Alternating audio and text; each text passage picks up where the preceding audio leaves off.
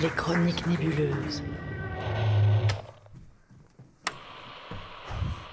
Armène à tous! Armène à tous! Armène à tous! Tu précises, vas-y, précise. Ouais, pêcheurs, chalutiers, Plaisanciers aussi. plaisanciers, gardiens de phare, station à terre, Et les secouristes, dis les secouristes. ouais, secouristes et tous les autres marins sillonnant le littoral breton, nous abordons cette fréquence pour lancer un appel de détresse. Très bien, vas-y, Lueur. Nous sommes Lueur et Neb, gardiens du phare d'Armène sur la chaussée de Saint, à plus de 13 000 nautiques de la pointe du Raz. Dis 24 km, ça Ouais, fait 24 ouais, km. ouais. Aujourd'hui, nous avons besoin de vous. La subdivision du service des phares et balises vient de valider le projet d'automatisation de notre phare pour ce mois d'avril 1990. N'importe quoi. Et ce projet devrait s'étendre d'ici les 5 prochaines années à tous les phares de haute mer.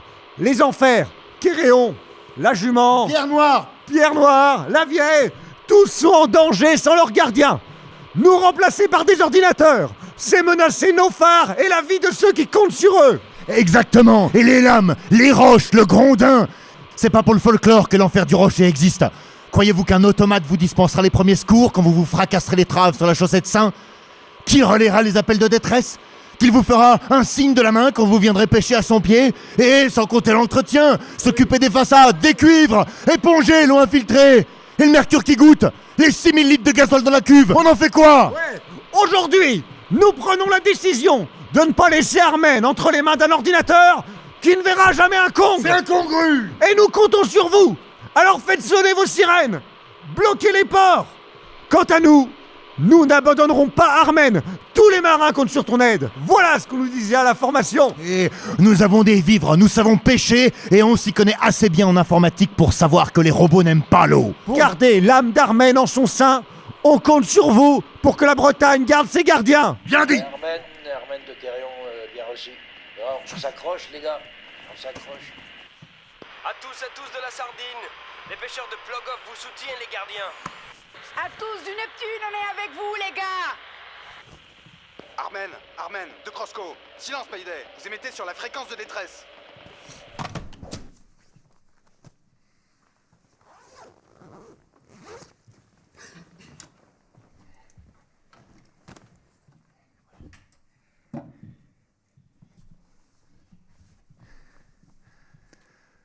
Bonjour. Bonjour tout le monde.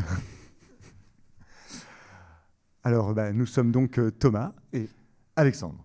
Et nous sommes les auteurs de la radiofiction Les Chroniques Nébuleuses et aussi, comme vous avez pu le voir et l'entendre, les comédiens qui jouent les personnages de cette radiofiction. Voilà. Moi, j'interprète donc Neb et voici Lueur.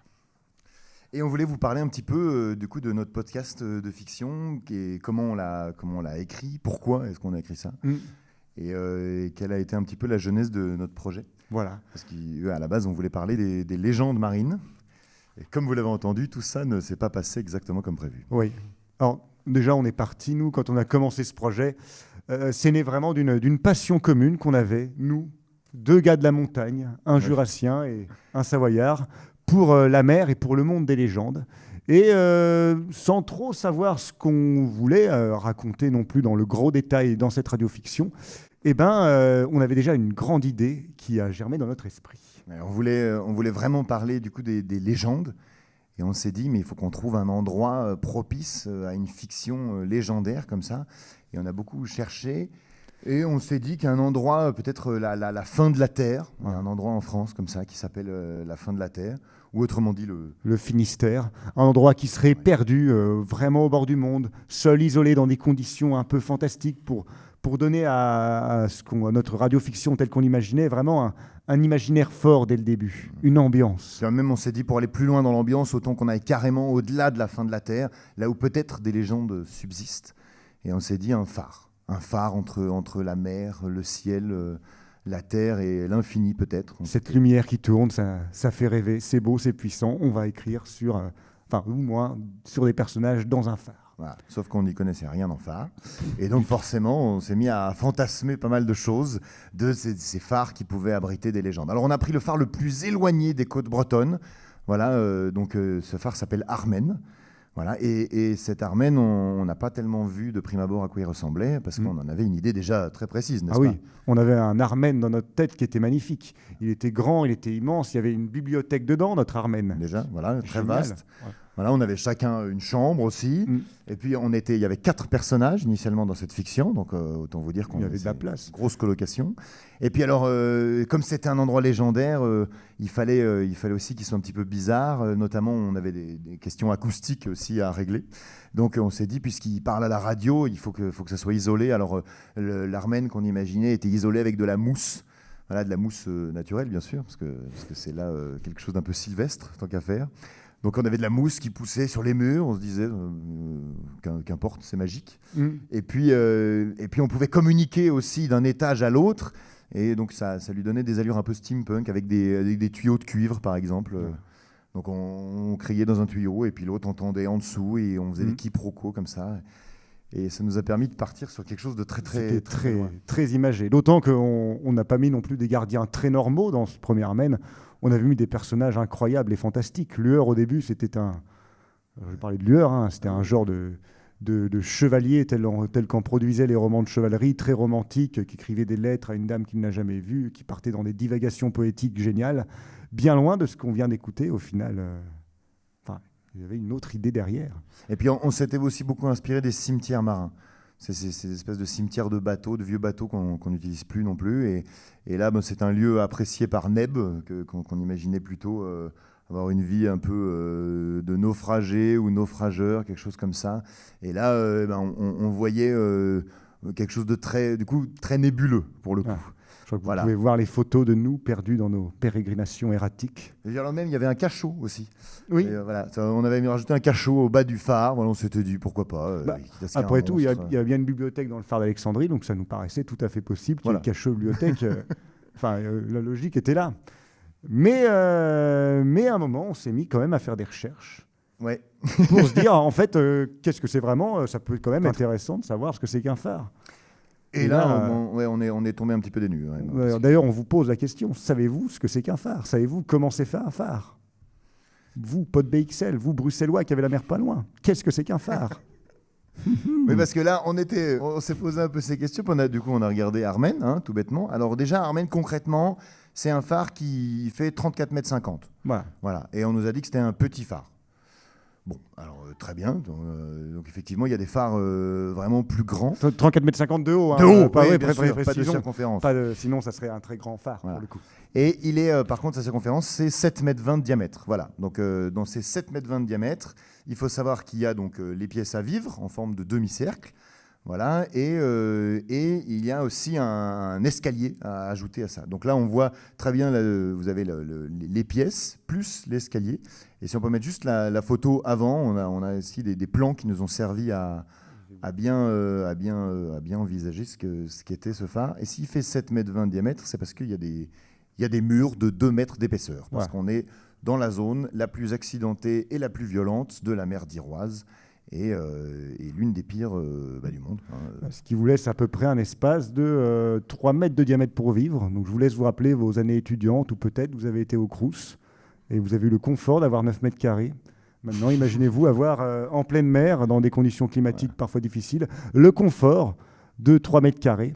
En tout cas, c'est l'effort d'imagination que nous, on a dû faire, parce qu'on n'a pas pu vraiment aller à Armen. Non. Pas encore. C'était pas possible. On espère peut-être un jour. Mais non, Armen, c'est un phare complètement en mer aussi, donc avec rien d'autre que le phare, d'ailleurs. Et donc, c'est cet empilement de 6 pièces différentes, les unes au-dessus des autres, c'est 3 mètres de diamètre, en demi-cercle.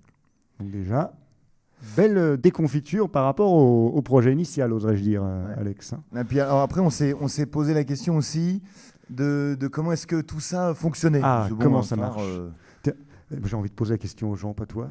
Je sais pas. Est-ce que vous savez comment ça marche le système d'éclairage du phare? Qu'est-ce que c'est? Est-ce qu'on peut peut-être pas faire passer un micro? Peut-être qu'on veut faire un peu participatif. Si vous savez... Si vous n'avez pas envie de répondre, ne répondez pas. On donne la réponse juste après, de toute façon. Nous, on ne juge pas, on est des gars de la montagne, donc on imaginait vraiment des trucs de fou. Oui, monsieur, bonjour, bienvenue au Pod BXL. Moi, ce que je connais des phares, c'est que c'est une grande tour avec une lanterne Et la lanterne est censée diriger les bateaux pour ne pas échouer sur les côtes quand c'est invisible à cause de la luminosité, de la nuit, des intempéries. Et c'est signale aussi la localisation géographique de certains lieux. Ça, je ne suis pas certain. C'est exact. Ah oui, c'est ça, oui. Ça signale géographiquement les récifs, les amers, donc c'est des objets dangereux en mer. On bâtit des phares à côté ou dessus pour bien les signaler. Et puis chaque phare a une identité propre aussi. On peut les reconnaître avec, si c'est des phares à obstruation par exemple, donc si la lumière s'éteint et puis se rallume, ou bien si c'est des phares qui, avec la fréquence de leur luminosité aussi. Voilà. Et puis il y a toutes sortes de phares. Voilà, il y a des phares alimentés avec plein de façons différentes. On est allé jusqu'à découvrir qu'en Russie, il y avait des phares nucléaires. Des cœurs atomiques dedans. Voilà. Non, peut-être pas. Si c'est nucléaire, il y a forcément un cœur atomique. Non. Alors, c'est peut-être... Bah si. Non. Qu'est-ce que vous en pensez, vous? Non. Non, mais après, bon... Non, mais c'est bien parce que comme ça nous laisse... On a encore beaucoup de recherches à faire. Toujours est-il que pour l'instant, on s'est concentré sur le phare d'Armen. Et là, on s'est aperçu que parfois la réalité dépassait la fiction. Parce qu'on a appris que l'optique, donc cette fameuse lanterne là, elle est alimentée par, elle est éclairée initialement par un feu. Alors on avait les tours à feu initialement, le phare d'Alexandrie, etc. Mais pour aller un peu plus loin dans le temps, on s'est aperçu qu'il fallait du coup une grosse mèche qui était dans les années 60 ni plus ni moins qu'un manchon d'amiante. Voilà, qui permettait de faire évaporer des vapeurs de pétrole qui prenaient donc feu et qui allumaient une flamme qui était donc alimentée par une grosse cuve de pétrole qui se trouvait en bas du phare. Voilà. Donc, tout ça est à... Bonne condition. Ouais. Il y a de l'amiante, il y a de la mer, c'est très petit. On a quelque chose qui est quand même assez propice à la légende. Après, ensuite, ce système de manchon d'amiante a été remplacé par une lampe halogène qui ressemble à une lampe halogène. C'est comme vous avez chez vous. Sauf que celle-ci, qui n'a pas non plus une puissance si folle, cette lampe en soi, c'est une ampoule c'est une ampoule en fait, c'est pas un truc surpuissant. Ce qui va lui donner sa puissance, c'est la lentille Fresnel. Donc c'est des panneaux, des lentilles, des panneaux qui sont devant, qui vont concentrer les rayons lumineux, comme ça, vous voyez. Enfin, oui, il y a la caméra, vous pouvez le voir, super. C'est un podcast visuel aujourd'hui. C'est un podcast visuel qui vont concentrer les rayons lumineux de manière à ce qu'on puisse les voir de loin. Et soit cette lentille tourne sur elle-même et son rayon lumineux, comme tu le disais, est dirigé, et on peut le voir qui va se déplacer, c'est un phare à clignement. Soit il y a un panneau qui va passer devant la lanterne qui a son optique fixe, et le panneau va donc obstruer la lumière. C'est un phare à occultation. Voilà. Et la lentille fait 6 tonnes. 6 tonnes, c'est beaucoup. C'est là qu'on se pose après des questions, mais alors, parce qu'a priori, la lentille, elle tourne. C'est ce qui va amplifier la lumière. Et donc, comment elle tourne? Alors, initialement, on a vu que c'était un gros contrepoids qui va permettre de faire retourner la lentille. Donc, par un système de poulies, les gardiens de phare avaient la charge de faire remonter ce contrepoids, comme les vieilles horloges, en fait. Et puis après, pour faire tourner ces 6 tonnes de manière beaucoup plus facile, le contrepoids est devenu beaucoup plus léger parce que le tout baigne dans un gros bain de mercure. Voilà. Et le gros bain de mercure permet justement un flottement de cette lentille et donc d'alléger le contrepoids. Ce qui fait que le quotidien des gardiens, entre les manchons d'amiante, le gros bain de mercure, le gasoil à pomper à la pompe à main, les grosses lames de 6 mètres qui tonnent à la porte. Enfin bref, nous qui voulons de la légende avec un phare fantastique, le phare en lui-même, il était quand même 100 fois mieux que tout ce qu'on avait pu s'imaginer. Et on commençait à avoir un beau plat qui se dessinait. Parce qu'on commençait à repenser à nos isolations à la mousse. On se dit, bon, l'amiante, c'est mieux quand même. Mais alors attention, ça ne veut pas dire qu'on était au courant de tout ce qui pouvait se passer là-dessus. Hein. Par exemple, le mercure... le phare bouge. Oui. C'est une composante importante. Voilà. Le phare bouge parce qu'il se prend des grosses vagues dans son flanc, donc il va bouger. Donc tous ces petits éléments rigolos, le mercure, ça goûte souvent par terre. Et à une époque où les règles de sécurité technique n'étaient pas les mêmes que maintenant, les gardiens ramassaient le mercure avec leurs petites balayettes. Et c'était pas très bon pour leur remettre santé. dans la cuve et puis voilà quoi. Puis ça tourne. Voilà, c'est pour ça qu'on parle notamment là de mercure qui goûte ou des similites de gasoil dans la cuve. Ouais. Voilà, toutes ces choses qui ont pu se poser à un moment de l'automatisation des phares. Et là, c'est arrivé dans les années 90, à l'époque où nous situons notre chronique nébuleuse. Voilà. Donc déjà, le phare était passé un peu avant avec des systèmes de moteurs. Donc il y avait 2 moteurs diesel, Ouais. qui ressemblaient à des moteurs diesel. En fait, c'est un peu les mêmes outils que vous avez au quotidien. Qui a un système électrique très complexe qu'on ne vous détaillera pas, parce que ça peut être long. Si. Ouais. Ouais, Non, mais après, il faut bien imaginer 2 gros moteurs diesel, non pas pour allumer étant le phare, mais pour allumer tout ce qui est électrique qui permet de vivre dans le phare au gardien qui s'occupe d'entretenir le phare. Le congèle, les frigos, les lumières. Voilà. Et tout ceci alimente une batterie qui fait marcher tout l'ensemble. Et lors de l'automatisation, du coup, comme on n'a plus besoin, on n'a que l'ampoule à allumer, eh bien, on installe des petits panneaux solaires et une cellule qui va détecter si c'est le jour ou la nuit pour allumer le phare en fonction. La cellule photovoltaïque. C'est automatique, ça marche tout seul. Voilà. C'est ce qui, du coup, a mis aussi à pied beaucoup de gardiens de phare. Et c'est là qu'on s'est aperçu aussi de toute la portée patrimoniale et politique de notre sujet. C'est qu'il y a eu quantité de gardiens de phare, du coup, qui ne voulaient pas forcément quitter leur métier et qui se sont vus retourner à terre. Et parce que automatisation des phares est reléguée à l'entretien de l'automatisation du phare qu'ils ne gardent plus. Et d'autant on avait fantasmé un phare imaginaire et la réalité de ce qu'était vraiment un phare nous a paru incroyablement plus fantastique. Eh bien, pour nos gardiens de phare qui étaient imaginaires, la réalité de ce qu'était le métier de gardien de phare nous a fait exactement le même effet. C'est un métier qui est d'une dureté extrême et qui demande vraiment qui va demander vraiment un engagement de foi de la part de ces personnes qui vont vivre isolées dans le phare. Et on a trouvé autour des quelques gardiens qu'on a rencontrés vraiment une grande passion de la mer et une espèce d'esprit marin, on peut le dire, une solidité marine dans le mental qui était assez impressionnante pour nous. On peut peut-être détailler un peu ce que c'est le métier de gardien de phare. J'illustrerai un peu en quoi ça consiste. C'est assez simple en fait en quoi ça consiste. Parce qu'au début, on s'est mis à fantasmer encore un peu tout ça. Hein. On imaginait que le gardien de phare, déjà, il était au diapason des types de phares qui existent. Parce qu'il existe 3 types de phares dont vous avez peut-être déjà entendu parler si vous avez jeté un œil au phare. C'est l'enfer. Voilà. Donc les enfers, par exemple, on dit d'Armen que c'est l'enfer des enfers. Parce que c'est un phare qui est complètement isolé du monde et dans lequel on ne peut se déplacer qu'à la verticale. C'est-à-dire qu'à Armen, il y a juste le phare et son rocher. Et sur le rocher, vous n'allez pas sur le rocher, sinon vous êtes emporté par la mer. Voilà. Donc vous n'avez que le phare. Donc ça, c'est les enfers. Après, il y a les purgatoires. Donc c'est un peu l'entre-deux. Vous devinez quel va être le 3e. Mais le purgatoire, c'est un phare où, au moins à marée basse, on peut rejoindre la terre, ou bien c'est sur une île relativement grande pour pouvoir marcher un petit peu autour, se balader, se disputer, prendre l'air quand ça ne va pas avec le collègue, voilà. tout ça. Par exemple, si ça ne va pas avec le collègue. On ne sait pas. C'est dans le vécu. Ça. Et du enfin, coup, il y a les paradis, qui sont les moins intéressants pour nous, mais qui sont très bien quand même. C'est des phares qui sont au milieu du village, tout simplement.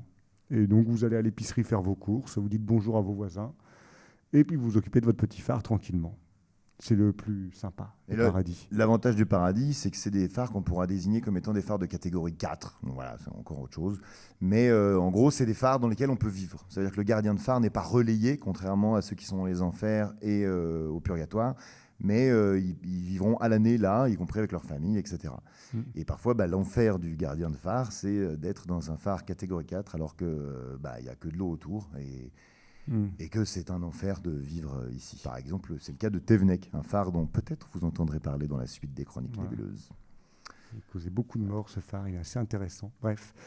Et oui, tout ça pour revenir sur nos gardiens. En quoi ça consiste leur métier ?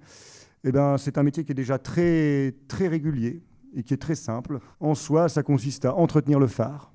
Donc entretenir le phare, c'est quoi ? C'est tout repeindre, parce que tout va s'abîmer très très vite. C'est un endroit qui est très très humide. Il faut tout repeindre, il faut tout réhuiler, il faut tout regraisser, il faut tout relustrer. Tout ce qui est en cuivre, en métal, il faut le gratter tous les jours. Parce qu'il n'y a pas beaucoup de lumière, donc tous les cuivres vont pouvoir permettre de refléter la lumière aussi. Déjà, dès les années 60, c'était quelque chose d'assez militaire aussi, mais pour pouvoir... capter la moindre parcelle de lumière qu'il y avait dans le phare, c'était important. Et puis ça occupe aussi. Voilà. Et puis bien sûr, il y a les vacations. Les vacations. Il y a 2 vacations, donc ça, 2 fois par jour. Il faut checker que les copains éclairent eux aussi. Et pour pouvoir faire un rapport à la côte de l'état de la mer, l'état de la pression atmosphérique aussi, et si tout va bien. La force du vent. Voilà, force du vent, pression atmosphérique et l'état de la mer. Et c'est ce qui permet de faire les relevés météo, notamment. Et enfin, le dernier devoir du gardien de phare, qui est sans doute pour nous l'un des plus importants, c'est de présenter et servir le repas. Oui. Ça paraît peu de choses dit comme ça, parce que vous le faites tous à la maison, j'imagine. Alors ne vous prenez pas cuisinier que vous êtes pour des gardiens de phare, parce que c'est une institution le repas pour le gardien de phare. Il faut s'imaginer que pendant des périodes de 1 à 2 semaines, on va vivre enfermé avec une personne avec peut-être laquelle on n'a pas tant d'affinité que ça. Ouais. Peut-être. Parce que le jeu des relèves fait qu'on passe 2, 3 semaines avec les mêmes personnes, parfois plus quand on ne peut pas être relevé. Et du coup, il est dans notre fiche de poste de cuisiner et de préparer le repas et de le servir. Ah. Voilà. Donc Ça permet de garder un lien, une cohésion sociale, même si on a 2 gardiens qui n'ont pas d'atomes crochus. Ça va être très important, ça va permettre de garder cette cohésion entre eux, le fait que le repas, c'est un moment où on le présente, on le sert aux collègues, et c'est pas juste va prendre ta gamelle dans le frigo. Et c'est des choses qu'on a pu expérimenter aussi dans notre écriture, parce que du coup, on a passé du temps ensemble. Oui. Et là, du coup, autant ces histoires de vacations que ces histoires de repas, on s'y attelait. Et pour pouvoir parler, y compris dans nos épisodes, du quotidien des gardiens de phare. D'ailleurs, toutes ces recherches ont beaucoup alimenté nos épisodes. Et dans tous ces épisodes, on a dissémé un peu toutes ces connaissances qu'on avait envie de partager avec vous. Donc de manière parfois brute et un peu technique, parfois de manière douce et poétique, afin de rendre ça léger, volage et joli. Et c'est d'ailleurs quelque chose qu'on va vous illustrer maintenant. Allez-y.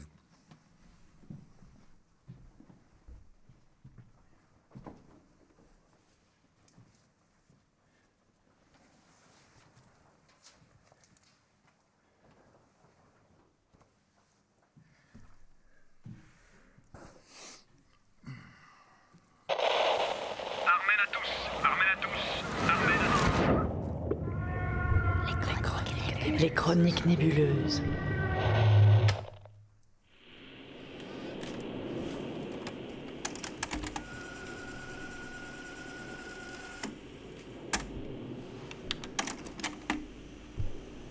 Journal de bord, Neb. Jour 23. J'ai fini de piquer les marches des 4 premiers étages. La martelette me scie les mains, j'en pouvais plus de la lumière glauque du bas du phare.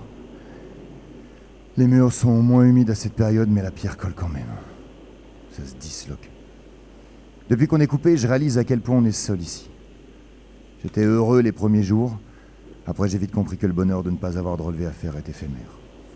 Les réserves d'eau s'étiolent, les vivres et l'ambiance aussi.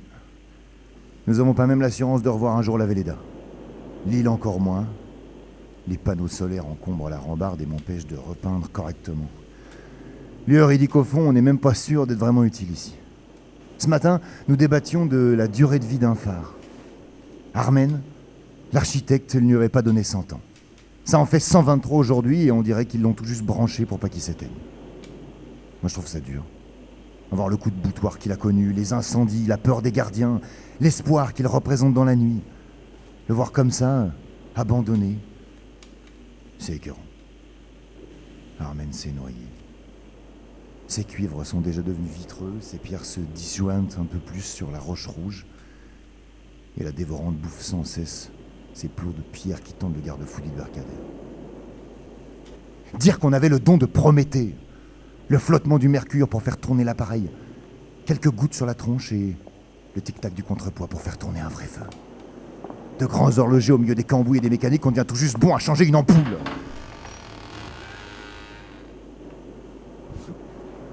Prends ton quart ? Et ces bruits manquent pour accompagner l'eau, tu trouves pas ? Non. Tu prends ton quart ? Attends. Qu'est-ce qu'il a encore déréglé, ce congre ? Tu fais quoi ? Écoute-le. Ça te manque pas ? Le contrepoids. La baguette du grand horloger.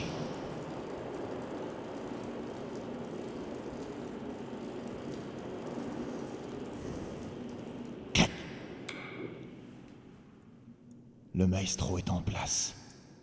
Et la vapeur s'inverse. 10 minutes avant le concert, les becs se préparent. Tout le monde est à cran. Les hautbois vernis à souhait posent l'ambiance chaude d'une nuit d'été. Une vraie boîte à musique. Le manchon qui se pose et la vapeur qui prend dans la lumière projetée. L'œil de Fresnel s'illumine avec l'arrivée des cuivres en lumière. C'est un opéra grandiose qui joue un drame à suspense dans la brume. Les vents s'engouffrent maintenant, glissent en lumière contre la cymbale de bronze. Le son rebondit sur les vagues de notre succès, et tout cela pendant les 2 heures de silence pulsé que nous offrent les batteries. Écoute, écoute le métronome du contrepoids qui ne faiblit pas.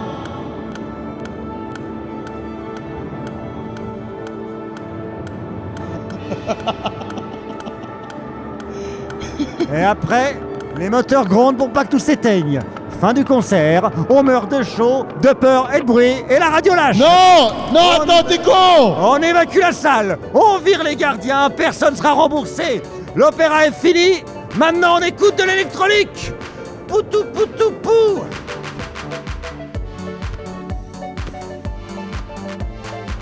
Violiste! Ça me fait une belle jambe. Sale tête qui rouge!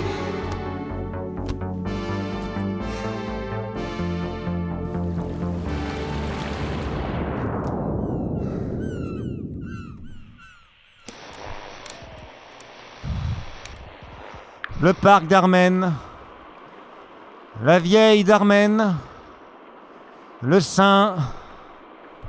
Bon, évidemment, il n'y a personne. Eh ben, si jamais une inestimable et ô combien miraculeuse oreille m'écoute, vous entendez la voix de Lueur, dernier gardien du phare d'Armen, en lutte naïve et inutile, pour permettre à des givrés solitaires de vivre enfermés dans des tours en pleine mer. Ouais. On ne demande pas grand-chose quand même. Juste de pouvoir continuer à veiller à tous ces gars qui barbotent dans le bouillon. Allez, répondez quoi? Mais c'est un poste VHF. Tu vas pas me faire croire que tu m'entends pas? Mais qu'est-ce qu'il faut pour que tu t'intéresses à nous? Mais tant pis si vous en foutez des phares, mais répondez! Ça fait je sais pas combien de temps que je bouffe plus que de la poiscaille et du biscuit. Et tout ça à cause d'un lampadaire qui est devenu assez grand pour s'allumer tout seul. Hein? Économie, automatisation, photovoltaïque, légendaire. Armen, légendaire. Ah, ils sont beaux les gardiens coupés du monde qui se révoltent contre du vent. Mais merde, on est seuls. On sert à rien. On garde pas un phare. On garde un tombeau. Tiens. Le cinglé de Neb. Il y croit dur comme fer, lui, hein. Oh là là. Ah, c'est l'ermite des vagues, hein. En bas, Neptune le regarde et lui dit « C'est bien, gamin. C'est ça, l'esprit marin. » Ah, bah tiens, écoute. Voilà le fossoyeur. Il monte inspecter sa tombe. Écoute comme il monte bien. C'est régulier. C'est bien ordonné. 20h35, allumage. 20h45, relevé. Tout va bien? Ça va? Ouais, ça va. Ok. C'est quand il n'y a pas de vague, ça résonne dans l'escalier en fait. Ah ouais, ok. T'as fait les cuivres? Ah non. Ah, je vais le faire. À plus tard.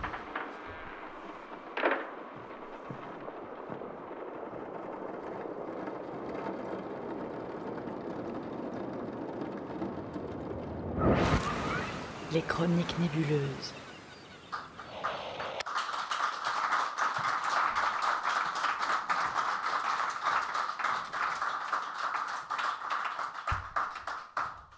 Merci beaucoup. Merci beaucoup. On était content de cet épisode parce que on voulait vous le présenter parce que on a essayé d'y insuffler aussi un peu le quotidien des gardiens de phare, y compris la merveilleuse ambiance qui peut régner entre eux. Mmh. Voilà. Et puis c'est aussi quelque chose d'intéressant de retomber un peu dans ce qu'on vous expliquait des années 60, du contrepoids, etc. Là où après, plus tard, ça a été mis en place par un moteur. Mmh. Ouais. Et ça a été pour Alexandre, lors de l'écriture, de se permettre une de ces belles et magnifiques envolées lyriques dont il a le secret. Voilà. Et à moi de pouvoir me permettre une diatribe un peu envenimée, acerbe, dont j'ai le secret. Moi aussi. Non, mais je vois qu'on attaque comme ça sur l'écriture, très bien. Et effectivement, on va vous dévoiler un petit peu les secrets de notre écriture et comment est-ce que ça n'a pas toujours été non plus super facile. Oui, parce que du coup, nous écrivons pas, enfin, c'est pas un podcast, c'est pas, on arrive, on parle, c'est une écriture. Tout d'abord, c'est un travail d'écriture de fiction, écriture qui est d'autant plus intéressante et complexe du fait que nous écrivons à deux. À deux. À voilà, deux. c'est ça. Et donc personne n'a forcément raison ou personne n'a... Vous avez déjà essayé d'écrire à deux? Ouais. Ne le faites pas. Ah. On aura des retours d'expérience très intéressants dans les temps de networking alors sur le travail d'écriture, notamment en duo, parce que nous, c'est vraiment une vie infernale. C'est génial d'écrire Non, avec c'est toi. génial, c'est plein de rebondissements. Puis surtout, c'est des choses où on aime bien se mettre des défis. Donc on a décidé de se mettre à deux pour écrire sur les phares et d'aller écrire dans le Berry. Voilà, donc c'est-à-dire que le plus loin de la mer possible, parce qu'on n'avait pas encore le réseau, l'occasion aussi d'aller faire des résidences d'écriture proches de notre sujet. Et donc on remercie l'abbaye de l'Après qui nous a accueillis dans le Berry, du coup, pour écrire au milieu des poulaillers aussi et de cette ascèse si propre à notre écriture. Alors le Berry, c'était pas juste pour nous une passion pour le Berry. Pas vraiment de passion pour le Berry non plus, hein. Mais ni pour les poulaillers, mais c'était un endroit isolé, ce qu'on cherchait. Donc on s'est isolé dans une abbaye pour être un peu coupé du monde quand même. On n'était pas tout seul, il y avait d'autres résidents, mais on était loin, on n'avait que de la nature et on était un peu face à nous-mêmes. Ouais, et pour essayer d'établir comment est-ce qu'on allait écrire ça à deux. Alors bon, certes, donc c'était super d'être dans cette abbaye. Que mettaient à notre disposition d'ailleurs pour que l'esprit vive, voilà, l'association Pour que l'esprit vive. Et on a profité de cette disposition, on s'est dit mais quelle est cette magnifique tour circulaire, j'allais dire circuloïdale, moi. Wow. Heureusement que c'est pas enregistré. Ouais. Bref, quelle est cette magnifique tour circulaire si on vidait ce qu'il y a à l'intérieur et si on enfermait quelqu'un comme Alexandre à l'intérieur pour lui permettre de vivre l'expérience de l'isolation. Ça ne pourrait qu'alimenter son écriture. Idée un peu folle. Mais on l'a fait. Ah oui, bien sûr. Puis alors, ça alimente beaucoup l'écriture. D'ailleurs, non, mais vraiment, on s'est posé la question de savoir comment est-ce qu'on peut vivre dans un espace, vivre l'ennui, par exemple, dans un espace rond ou dans un espace carré. Ouais. Voilà. On s'est posé beaucoup de questions de ce genre-là avant de commencer à établir une façon d'écrire notre podcast aussi et une structure. Et donc, au début, on part de questionnements comme ça pour écrire de la matière. Ouais. Alors, on a oublié de parler du petit point qui est là, je crois. Quoi ? Là, le point là, on n'a pas parlé. Ouais, on parle du petit point qui est là. Alors. On fait comme tu as voulu là. Ouais, non, mais vas-y, c'est toi qui décides. C'est bien parce que on alimente un peu le sujet sur l'écriture à deux. En plus, c'est bien, on voit que c'est ok, je fais comme. Ok, donc comme on écrit comme d'habitude. Ok, on parlera de ça plus tard. Donc on va commencer par écrire de la matière. Donc là, c'est une phase qui est totalement non violente puisqu'on part chacun de notre côté. Et on a un peu en tête de quoi ça va parler, l'idée, le sujet, et on écrit ce qu'on veut chacun de notre côté. Ah, c'est facile cette étape. Moi, je l'aime bien aussi. Ah ouais, c'est bien. C'est là où on se dit, bon voilà, dans notre sujet, par exemple, on s'est dit qu'on partait plus ou moins sur les cyclopes. Donc là, on se lance chacun dans ce à quoi nous fait penser les cyclopes. Donc on écrit beaucoup, voilà. Et au bout d'un moment, on se dit, ça peut être pas mal de commencer à faire un petit plan de l'épisode. Voilà. Donc on se rejoint, on se lit un peu ce qu'on s'est fait. Moi, par exemple, j'ai parlé de Simbad le marin, de toutes ces légendes d'Asie mineure, blablabla, le cyclope, comment il est vu dans tout ça. Et toi, tu as parlé de totalement autre chose. Non, bien sûr, moi, les cyclopes, on peut forcément parler des cyclopes. On ne peut pas passer à côté d'Ulysse, par exemple. Donc voilà, Prométhée, Polyphème. Fils de Poséidon, Polyphème, voilà. Donc moi, j'ai tout un truc là, sur les cyclopes. Et on compile un peu toutes nos idées pour avoir un plan. Donc, voilà. On a toutes ces idées-là, on veut en parler, on fait un petit peu la structure de l'épisode qu'on veut écrire. Structure qu'on n'hésite pas à tordre pour arriver à tout mettre. Parce on a peur de rien. On veut quand même nos idées, quoi. C'est important. Voilà. Ce petit point, par exemple, qu'on a oublié, là, comme ça, il va rentrer dans les 15 minutes qu'on a maintenant. Oui, parfait. Et puis ensuite, on essaie de compléter cette matière au gré de l'épisode. Donc, on remplit les trous qui nous manquent. Voilà, donc c'est de l'écriture un peu plus dirigée, ou sous contrainte. Voilà. Et là arrive le moment fatidique. C'est qu'on a beaucoup écrit. C'est bien, hein, mais c'est aussi un mal. C'est ça. Voilà. Il va falloir, comme on a trop écrit, qu'on a un épisode de 60 pages et qu'il faut qu'on arrive à le faire tenir, il va falloir en enlever un peu Puis il y a peut-être des trucs inutiles là-dedans. Hein. Voilà. On est Moi, pas- j'ai rien écrit d'inutile. De toute façon, Ben, j'écris toujours ouais. extrêmement bien. Et je peux vous dire que moi, il n'y a pas très peu de gras. Moi, je ne vous cache pas que dans notre couple, mais dans notre duo plutôt, Le on est maudit. le. Il y a ta femme là-bas qui va me regarder bizarrement. Moi, je suis la voix de la concision. Donc, moi, c'est vrai que quand j'écris un truc, je pense toujours efficace. Voilà. Donc, c'est ça qui est pratique avec moi. Il n'y a toujours rien à enlever de mon côté. Voilà. Et donc c'est là que j'arrive évidemment à cet argument très fort, c'est que bon, efficace c'est bien, mais on veut du qualitatif. Et c'est là où des fois la concision n'amène pas forcément. Par exemple, tu vois, sur Polyphème, il y a vraiment un. Tu vois, j'aimerais ce passage là sur le regard de Polyphème, rapport au fait que c'est un cyclope, c'est assez important. Ouais. Voilà. Oui. Alors moi, je suis toujours d'accord avec Alexandre, mais je ne peux m'empêcher de relever qu'il a raison. Il faut être qualitatif. Mais le qualitatif, se doit-il justifier que, pour parler du regard de Polyphème, tu aies fait un poème en alexandrin de 16 strophes, par exemple? Oui, parce que Cela est-il justifié? Cela n'est-il Ah oui. pas un peu lourd? Voilà, Ce qui alors, on se m'amène pose des questions. à l'idée quand même de justifier tout de même cette écriture en alexandrin, voilà, parce que en alexandrin, tout le monde sait ça, à 12 pieds, voilà. Or, eh bien, dans l'histoire de Polyphème, l'équipage d'Ulysse sortent sous les moutons, là, ils se cachent comme ça, voilà, donc pour symboliser les pieds du troupeau des moutons, je trouvais ça intéressant d'avoir des alexandrins. Ah. Voilà.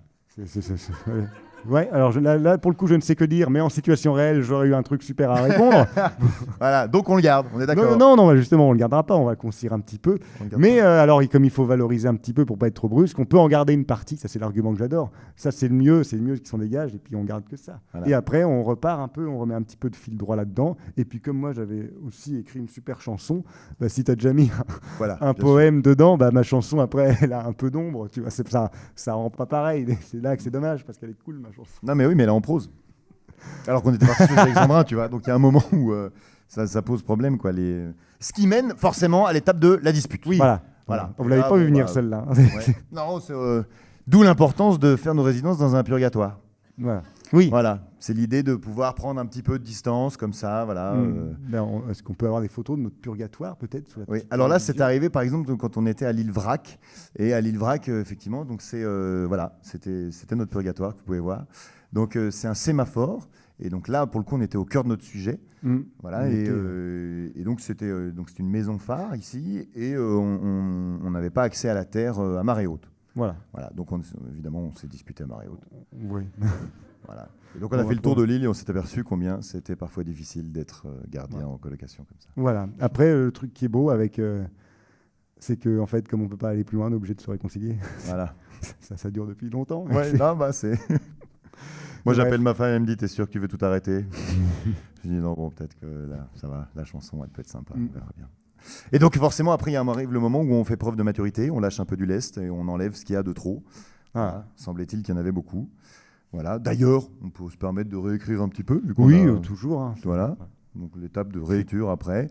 Et puis, surtout, il est important de laisser reposer tout ça. Parce qu'une fois qu'on est ressorti de ces 2 semaines intenses d'écriture, effacement, réécriture, dispute, etc., on a vraiment la tête dedans et on se dit, laissons reposer ça pendant...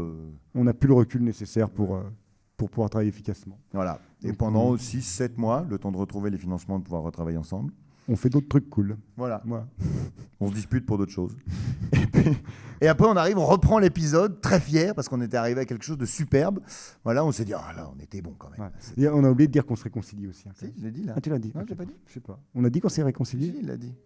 Voilà, tout le monde ici est témoin de notre Excusez-moi, mais réconciliation. Alors, mais c'est que t'as pas dit à quel point c'est beau quand on se réconcilie. Si, t'avais les yeux dans le vague par là-bas. D'ailleurs, on va couper ce passage, je pense. mais non, surtout quand on reprend l'épisode et qu'on est content de nous, eh bien, on l'envoie à un gardien de phare. Ah, alors là, il faut le citer. Monsieur Louis Causan, auteur, j'avais pris le livre, j'aurais pu le montrer comme ça, mais je le montrerai après, auteur de Un feu sur la mer, un magnifique ouvrage où il relate ses expériences de gardien de phare. Et ce monsieur, donc ancien gardien de phare, a eu la gentillesse de nous donner énormément de conseils et surtout de bien vouloir relire nos épisodes pour pouvoir enlever ou modifier les choses qui n'étaient pas réellement possibles et concrètes. Parce que du coup, on s'est aperçu qu'en traitant des phares et des gardiens de phare, surtout de ce sujet éminemment politique qui était dans les années 90 aussi la mise à pied des gardiens de phare par rapport à l'automatisation, il nous a dit que c'était un patrimoine qui était un patrimoine marin aussi très important, qu'il était qu'il était de notre choix de respecter ou pas. Mais si on ne voulait pas le respecter, on partait dans notre phare avec notre mousse, là, et nos tuyaux de cuivre pour se parler. Ou alors, on voulait faire quelque chose de proche du réel. Et à ce moment-là, eh bien, on avait en charge aussi de respecter tout ce patrimoine marin, y compris en termes de vocabulaire. Et c'est là qu'on s'est aperçu qu'il y avait encore une certaine étape de réécriture. Par exemple, pour donner un exemple. Vas-y. Voilà. Alors, nous, bêtement, on s'était dit que ça pouvait se faire, pour des gardiens de phare, de ramer avec des rames dans une barque. A priori. Je vois que ça vous fait rire. Vous aussi, vous vous rendez compte à quel point c'est aberrant. Voilà. Ramer avec des rames dans une barque. Quelle idée. C'est absurde. Mais non. Voilà. Grâce à Louis Causan, on s'est aperçu que non, on ne rame pas avec des rames dans une barque. Voilà. On nage. On nage. Avec des avirons. Voilà. Dans un canot. Oui, c'est pas du tout la même chose. Non, rien à voir. Ah non. Oui, parce que donc, le fait de ramer, donc on dit nager en termes nautiques. Voilà. Hein, des avirons, parce qu'il faut que ça désigne quand même l'objet. Voilà. Et puis une barque, c'est un 3 mâts, dans le jargon. Voilà. Donc forcément, quand on dit ça à un marin, on avait l'air de touriste. Avec des avirons dans le 3 mâts, oui, ça aurait fait bizarre. Mais ça nous a amené à faire plein de choses. Grâce à Louis Causan, on a pu se poser plein de questions fondamentales. Par exemple, à un moment, on voulait naïvement relier notre radio sur le moteur du phare. Mais fous que nous étions. Non. D'abord, il faut relier la radio à la batterie qui est elle-même pas reliée sur le moteur, qui est reliée sur le convertisseur, qui va changer. Oh là, ça fait longtemps. Qui va changer le courant du moteur qui est du combien déjà le moteur ? Oh là, je sais plus. Enfin bref, je n'ai pas retenu le voltage exact du moteur, mais c'est pas le bon. Donc il va transformer le voltage exact du moteur pour qu'il puisse alimenter tout le système électrique. Enfin bref, on s'est mis à faire des schémas pour représenter tout le circuit. Batterie, convertisseur, lentilles, cellules photovoltaïques, tout le bazar. On s'est mis Alexandre à éplucher toutes les cartes maritimes pour apprendre à lui aussi faire des points comme les marins selon comment... points Gogno pour pouvoir se repérer en mer, chose que plus personne ne fait depuis l'invention du GPS. Mais un gardien de phare et un marin digne de ce nom doit savoir le faire. On a dû aussi apprendre le manuel d'utilisation de la radio pour pouvoir utiliser une radio correctement et pas juste dire « Allô, le Saint, c'est nous, on est les gardiens d'Armen ». Non, pour bien dire « Armen, de Saint ». Il faut utiliser le code correct, tous les canaux utilisés par les gardiens en cas d'alerte ou autre incident. Enfin bref. Tout ça pour avoir une vision vraisemblable de ce que pouvait être la vie de nos gardiens de phare. Et une fois qu'on partait de ce truc vraisemblable, on peut leur faire des bêtises. Oui. Voilà, parce qu'ils font des bêtises quand même, nos gardiens de phare. Mais vous le verrez peut-être un peu plus tard. Donc, bref, une fois que Louis a lui aussi coupé l'intégralité de l'épisode avec ses modifications, on réécrit tout. Voilà. Et on réapprend tout. On réécrit, on refait. Et là, au final, on arrive au moment où il faut corriger le script, écrire les didascalies pour notre cher ami qui va pouvoir monter aussi l'intégralité du son de l'épisode, parce que le pari des podcasts des Chroniques Nébuleuses, c'est de vous faire entendre un phare que vous avez découvert pour la première fois là. Enfin, du moins, vous avez vu les plans, mais pour pouvoir vous... Il faut que vous voyez le phare par vos oreilles. Voilà, c'est ça. Et là, il y a un vrai travail de bruitage qui dure aussi bien 2 mois. Voilà. Et puis, un an après, on est content que l'épisode puisse sortir et de pouvoir vous le présenter. Voilà. Il y a aussi une dimension essentielle avant de passer à autre chose. Oui, c'est que on a mis ça, on a bien fait. Ouais. On a des astuces pour préserver notre duo. Alors on a un duo, comme vous pouvez le voir, qui est vraiment alchimique. On se connaît depuis très longtemps. On a vécu des choses folles ensemble. Hein. On a fait des bêtises ensemble. Là, c'est génial. Et on a des petites astuces qui nous permettent de toujours nous retrouver à des endroits où on va s'amuser ensemble et on va s'éclater et où on va se retrouver en fait. Voilà. Par exemple, pour éviter d'avoir à s'engueuler comme ça, on joue beaucoup aux échecs et aux jeux de société. Ouais. Ça, c'est très important. Et on compte les points. Voilà, c'est important aussi. D'ailleurs, Thomas perd actuellement. Non, actuellement, il y a égalité. Ah non. Si tu comptes sur le portable, je perds, mais qu'avec l'échiquier, c'est moi. Un autre endroit de Discord, c'est la technologie. Voilà. Mais du coup, en parlant de technologie, il arrive... en parlant de disputes. Oui, aussi. Il arrive que les gardiens de phare soient amenés à repeindre le phare. Et vous allez pouvoir voir que la façon dont ils le font est beaucoup alimentée par ce qui nous arrive dans le processus d'écriture. Toute notre relation, vous la retrouverez un petit peu dans les chroniques nébuleuses.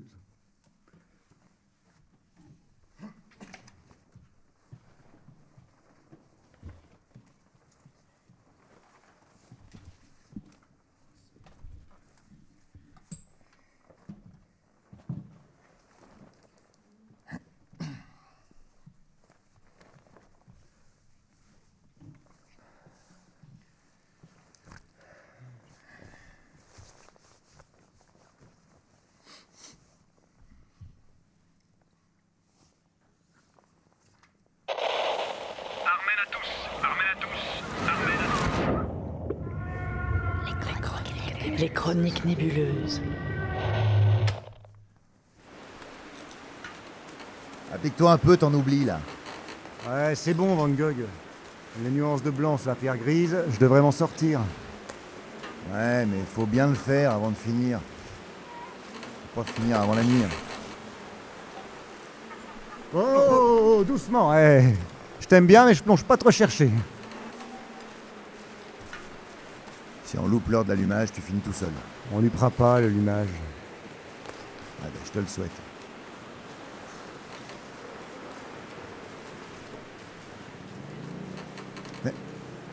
Mais... Eh, ça s'allume! Oh waouh, c'est magique. Hein. Bienvenue au 21e siècle. Non mais t'as remis l'automatique? Mais bon sang, mais pourquoi t'as fait ça? Eh ben, j'ai croisé une charmante cellule photovoltaïque qui m'a dit « S'il te plaît, rallume-moi, ce serait sympa. Et comme ça, t'auras pas à t'embêter à remettre l'halogène toi-même. » Mais enfin, on est en lutte contre tout ça, merde! Et toi, dès que j'ai le dos tourné, tu sabotes tout! Comment tu veux qu'on arrive à quelque chose? Mais ça va, mais on n'arrive à rien du tout, déjà, et personne ne se rendra compte que Motioneb n'a pas allumé le phare manuellement dans le respect des 5 commandements du parfait petit gardien. Mais c'est pas que pour ça, faut qu'on se serre les coudes, qu'on soit solidaires! C'est comme ça qu'on tient en mer, fight crasse de meule! Ah oui, parce que toi, t'es un modèle de solidarité, peut-être. Ah, pour donner des ordres, il y a du monde. Pour se palucher devant les rouages et les boiseries, t'es champion, hein. Oh, qu'il est beau, le fafard! Gentil Armen! On va lui en mettre son joli contrepoids et ça sera bien mieux! Et puis c'est reparti comme en 50! Youhou! Eh ben, excuse-moi si ça m'excite pas de passer mes journées à illustrer des boiseries ou à astiquer des vieilles pierres à la con! Ouais, bah bien sûr, et toi, c'est pas le boulot qui t'étouffe, hein. C'est le gardien de phare de chez Téléloisirs. On appuie sur le bouton et on fout le strict minimum en regardant ce qui se passe à travers la vitre. T'aurais déjà crevé de faim si j'étais pas là, pas fichu d'attraper un poisson. T'es aussi utile qu'un aviron dans un sous-marin! Ah ouais? Parce que tu crois que j'attends ton accord pour taper dans la réserve? Quoi? Eh ben non, mon gars, je me suis pas gêné! Mais j'ai te bouffé, lueur! Grosse raclure! Et tu sais quoi? Je vais te faire taper dans les sablés! Pas bien, lueur! Non! Descends de ce mood! Fais te bouffer, lueur! S'il y a plus de réserve, Ah! on pas avec les manger!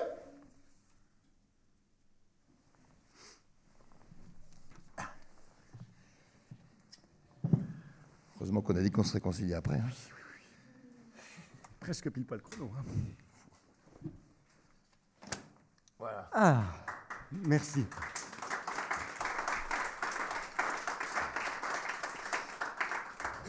Ah, bon, on vous a déjà fait un bel aperçu de tout notre phare, tout notre univers, mais il manque quelque chose d'assez essentiel.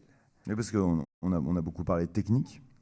Mais il y a quelque chose qui nous manque, nous, la passion de cet univers marin, de toutes ces légendes, de tout ce côté fantastique, de cette fin du monde, de ces territoires inexplorés, de cet imaginaire. Qu'est-ce qu'elle devient, en fait? Il faut qu'on en fasse quelque chose. Oui, et puis même surtout, là, j'allais dire, on a beaucoup parlé technique du phare, etc.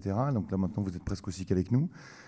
Mais on voulait parler des légendes à la base. Oui. Et puis on a quelque chose d'assez syndicaliste. Hein. C'était ce qu'on a fait le constat aussi. Et le but était de parler de ces légendes aussi marines, qui fait aussi partie de ce patrimoine-là. Et du coup, on voulait parler aussi de la suite des chroniques nébuleuses qui vont peut-être tirer un fil un petit peu plus légendaire. Voilà. Et puis comme on ne voulait pas vous dévoiler tout de suite ce qui va arriver sous peu. Parce que si on vous raconte tout, est-ce que vous irez nous aider à produire la suite, par exemple? Non, vous saurez déjà tout. Voilà. Et donc ça va être bien pourtant.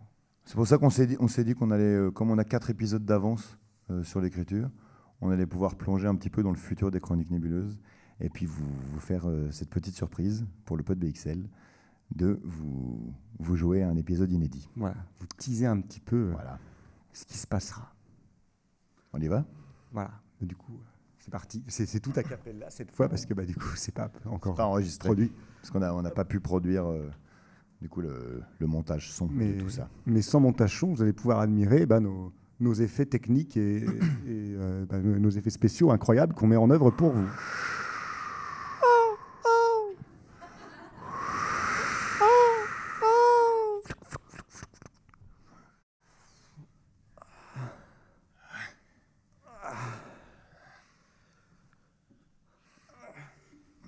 Et regarde, ça serait pas déjà Tevnek? Si. On suit la vieille depuis un moment, et comme on dérive au nord, on devrait pas tarder à voir le millier à tribord. Tiens, prends la rame, attends. Si t'en es si sûr, pourquoi tu regardes la carte? Je relève les amers. Je cherche les passages, ce serait dommage qu'on se soit planté et qu'on se retrouve sur les bases jaunes, non? Tiens, là, le courant tourne. Ah, tu chipotes. On est bon là. Faut maintenir le cap. Le millier, c'est devant. Et une fois qu'on aura passé les basses peines, hop, on remonte sur le bouc. Et Pénard Gaspard, on y est. Le jour, c'est quand même plus facile. Eh ben, ça me fait plaisir. Voilà. D'accord. Vas-y, éclate-toi avec ta carte, Capitaine. Non, mais là, ça va pas du tout. Ça sent pas bon, ce courant-là. Il y a la balise du bouc. On dérive trop. Si je me trompe pas, on devrait voir le petit minou à gauche des roches de la pointe du tourniquet. Ok. Il faut mettre le câble sud-est. On a passé les bases du lys. En face là, c'est Penhir. On va aligner la balise du bouc avec la chèvre pour retrouver notre cap. Voilà, faut plus traîner. Tu fais quoi, Lueur? Je me suis dit qu'il n'y avait pas de raison que tu t'amuses tout seul. Surtout que j'allais pas ramer non plus sans toi. Alors déjà, on dit nager, marin d'eau saumâtre. Ah super. Bien qu'il y ait l'honneur des gens de la mer, moi la rigueur d'une vie austère, ça commençait à faire un peu long. On file à terre, sort les avirons. Bah tiens, tu nages comme un Parisien, t'as que le bonnet du vrai marin. Mon lieur, ça te fera pas de mal de nager à l'horizontale. Parti au large de notre vieille tour, ça sera la relève sans retour. Depuis le temps que tu me pompes l'air, maintenant que l'Armène est loin derrière, comme la mer, j'en ai un peu gros. Pourquoi y'a que moi qui rame sur ce canot? On dit nager, nager! J'en veux pour cause ta pénitence, que tu patauges dans l'ignorance. Tu serais moins dans le physique, ma foi, si tu savais te servir d'un compas. Parti au large de notre vieille tour, ça sera la relève sans retour. Frustré de pas avoir pris la mer, tu bordes au moins petite amère. Mon bon vieux Neb, il va falloir te mouiller. Si tu veux qu'un jour on grimpe sur la jetée, dès qu'on aura trouvé Dahu, je te largue dans le premier trou perdu et je vivrai heureux avec ma sirène. Toi t'auras plus qu'à draguer les murennes. Parti au large de notre vieille tour, ça sera la relève sans retour. Et il fera quoi à terre mon bon? Tu seras plus gardien, tu seras jambon. Peut-être que tu mettras ton orgueil à la remise et que tu pointeras chez phare et balise. Ah non, ça serait la misère, ça serait l'horreur des gens de la mer. Plutôt que d'aller rouiller sur la lande, je ferais le sémaphore en agitant des guirlandes. Parti au large de notre vieille tour, ça sera la relève sans retour. Adieu l'Armène, on t'abandonne, on te laisse en mer, on reprend la donne. Ta tour de pierre plantée sur ton écueil prendrait à peine des atours de cercueil. Adieu l'Armène, on taille la zone, on te laisse faire de l'œil au cyclone. Ta vieille carcasse piquée de rouille commençait à nous briser les vagues. Parti au large de notre vieille tour, ça sera la relève sans retour. Allez, Ned, débranche la radio. On part, on viendra pas de sitôt, avant que l'on s'écrase sur les brisants. Virant l'embrun des cheveux dans le vent, parti au large de notre vieille tour. Ça sera la relève sans retour. Parti au large de notre vieille tour. Ça sera la relève sans retour. Avec nous, pas de BXL. Parti au large de notre vieille tour. Ça sera la relève sans retour. Parti au large de notre vieille tour. C'est l'heure de notre relève sans retour.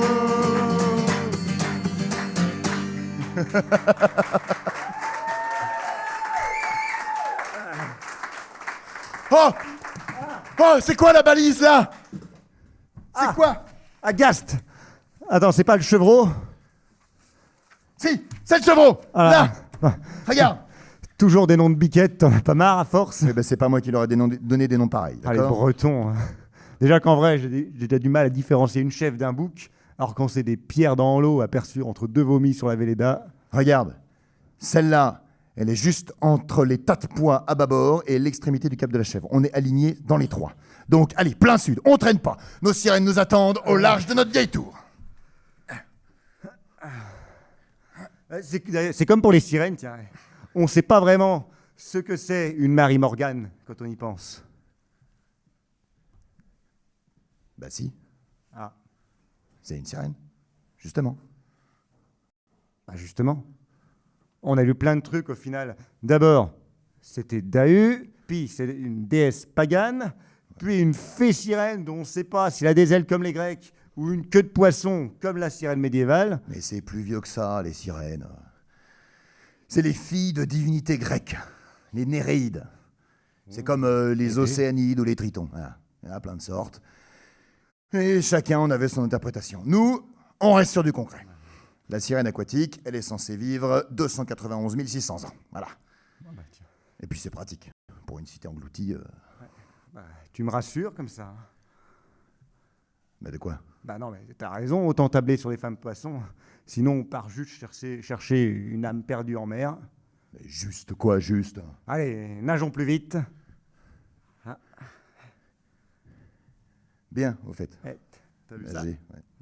Je t'en remercie. Et si on trouve une sirène, eh ben, on en fait quoi? On l'embrasse.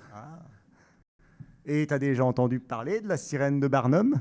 Celle qu'il exposait dans son cirque en 1900? C'était une grande cuve de formol. Je veux pas savoir, lui. Laisse-moi rêver. Dac.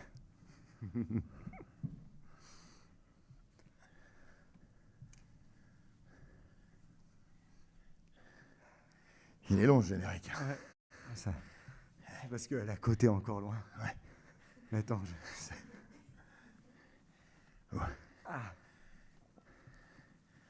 Ah, mais ça fait des bras. Ah, non, c'est Non, c'est sûr.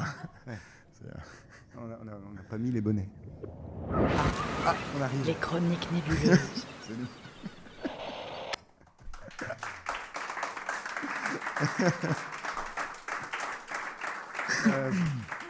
Et voilà.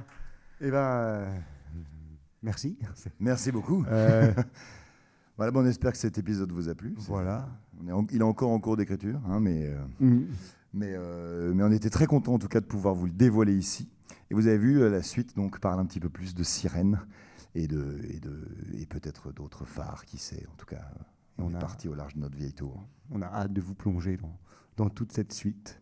Et on a hâte que vous écoutiez déjà le début si vous n'avez pas encore eu le plaisir de le faire.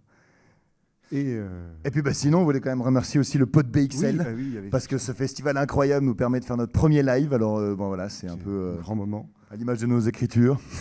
Pour l'instant, c'était notre premier, alors avec beaucoup d'enthousiasme et puis quelques glissades. Voilà, quelques. Voilà. Donc, on voulait remercier beaucoup Michel Godard. Il est parti. Michel. Voilà. Il est parti. Non. Ah non, faut pas. Voilà. Voilà, Michel, t'es parti, mais on voulait te remercier quand même Merci beaucoup pour notre présence ici et pour ce festival et tout ce que tu fais ici. pour ton accueil incroyable, ton enthousiasme, ta motivation et merci à toi. J'ai aucun mérite parce que sans podcasteurs et podcasteristes, il n'y a rien qui se passe. Donc merci à vous. Merci. Et en parlant des podcasteurs aussi et de ce qui a pu se passer pour nous autour des Chroniques Nébuleuses, on voulait quand même remercier Julien et Adrien Houssier parce qu'ils ont bien galéré sur le montage. Vous avez constaté la différence quand nous on rame et quand c'est Julien et Adrien qui rament à notre place. On remercie aussi Yvan Cantero qui a fait toutes les belles musiques originales qui parsèment les Chroniques Nébuleuses. Que vous n'avez pas entendu ici. Parce que forcément, il y a des moments où nous, on joue avec la guitare. Et puis, quand c'est Yvan, c'est pas pareil. Non, c'est pas pareil. Voilà. Mais voilà. Et puis, on voulait aussi remercier Raphaël Archambault et le studio de Bel Air qui nous enregistre à Paris, très gentiment. Evban, c'est l'association de la Compagnie des Ans qui nous aide à porter le projet aussi. Et ça, c'est hyper important. Louis Causan, merci beaucoup à Louis pour tous ses conseils et pour sa relecture avisée et sympathique. Merci beaucoup. Et puis toutes les voix qui se sont aussi gracieusement prêtées à l'exercice du pilote des Chroniques Nébuleuses. Parce que notre pilote, il y a beaucoup de voix qui pouvaient faire décoller cette histoire avant que nos gardiens soient isolés en mer. Et donc merci à toutes ces voix.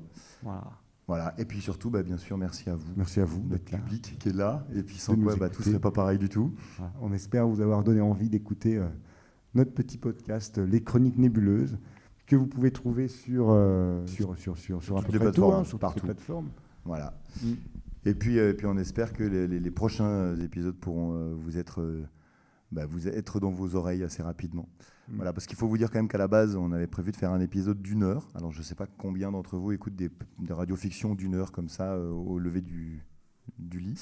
Voilà, donc on s'est après ravisé à faire des épisodes de 10 minutes. Voilà, pour que ce soit un peu plus digeste. Et donc, on a plusieurs chapitres à vous faire écouter. Mais d'ici là, on voulait vous dire Kenavo. Kenavo tout le monde. Voilà. Et on avait une petite surprise quand même, si on a le temps. De fin.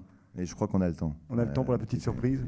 Vous avez 25 minutes encore. Allez-y. On pensait prendre tellement plus de temps. Au final, on a eu le temps de tout dire de manière si simple. Parfait. Petite surprise. Allez, c'est alors. Et peut-être juste avant la surprise, quitte à avoir 25 minutes, est-ce que vous avez des questions éventuellement ? Parce qu'on en profite là, vous êtes là, et puis nous aussi. Donc, s'il y a des petites questions, oui, tout à fait. Merci beaucoup. Voilà. Si vous avez des interrogations. C'est que c'est peut-être un peu dur après tout le pâté qu'on vient de vous envoyer, mais. Alors, peut-être nous en dire plus sur l'origine du projet. Peut-être que vous pouvez un peu développer. Voilà, c'est une très très bonne question. L'origine du projet. C'était un peu casse-cou. Non, mais l'origine du projet, on voulait écrire quelque chose ensemble. Oui, déjà, c'est vrai que c'est la première volonté aussi, au final. Et c'était une période où moi j'étais un peu passionné par les contes et par toutes les histoires. Je me demandais un peu comment ça se trouve, d'où ça vient. Et tout ça me passionnait. Puis en fait, c'est en parlant ensemble, on s'est rendu compte que tout ça nous intéressait beaucoup. Toutes ces histoires, d'où viennent les contes, quel est le conte original, leur genèse, les réalités historiques aussi qui sont cachées derrière les contes. Ça, c'est un travail qu'on va retrouver dans la suite des Chroniques Nébuleuses sur les légendes. Mais d'où viennent ces légendes, en fait ? C'était ça le grand questionnement. D'où ça vient, toutes ces légendes ? Pourquoi on en parle encore aujourd'hui ? Et puis, qu'est-ce que ça voulait dire réellement ? Et c'est en partant de ce sujet-là qu'on en est venu à se questionner même sur c'était trouver l'origine de ces légendes. Et alors on a pu avoir quelques désillusions aussi parce qu'on a fait beaucoup de recherches pour pouvoir écrire les épisodes comme ça. Donc et les recherches sur les légendes consistent aussi à faire des ponts, à pouvoir constater parfois qu'il y a des gros sujets légendaires. Par exemple, si on prend le sujet du déluge. On a le déluge biblique, il y a le déluge de la cité engloutie de l'Atlantide, la cité engloutie de Nazado dans d'autres civilisations, etc. Et c'est en faisant ces recoupements et en faisant beaucoup de recherches là-dessus qu'on arrive à essayer de trouver, de toucher un peu du doigt ce qui pourrait être l'origine de la légende. Et après, tout le travail d'écriture et de fantasme un peu autour de nos deux personnages, c'est de jamais passer de l'autre côté, à démystifier tout, à dire en fait l'origine de cette légende c'est ça, et c'est pour des des volontés très prosaïques et politiques que ça a été romancé comme ça, raconté comme ça, transmis comme ça. Et du coup, on voulait toujours rester un pied dans la légende, un pied dans le réel. Ouais. Et du coup, c'est là que... Ça, c'était le tout début, et c'est après, en s'imaginant des personnages, un lieu pour notre intrigue, qu'on en est venu à partir au Finistère, au phare d'Armen, et que ça a pris de l'ampleur, une ampleur énorme. Voilà. Bonjour. Et merci beaucoup parce que j'ai vraiment adoré ce que vous avez fait. Je crois que vous avez vraiment l'art du rythme et tout. Je trouve ça vraiment génial.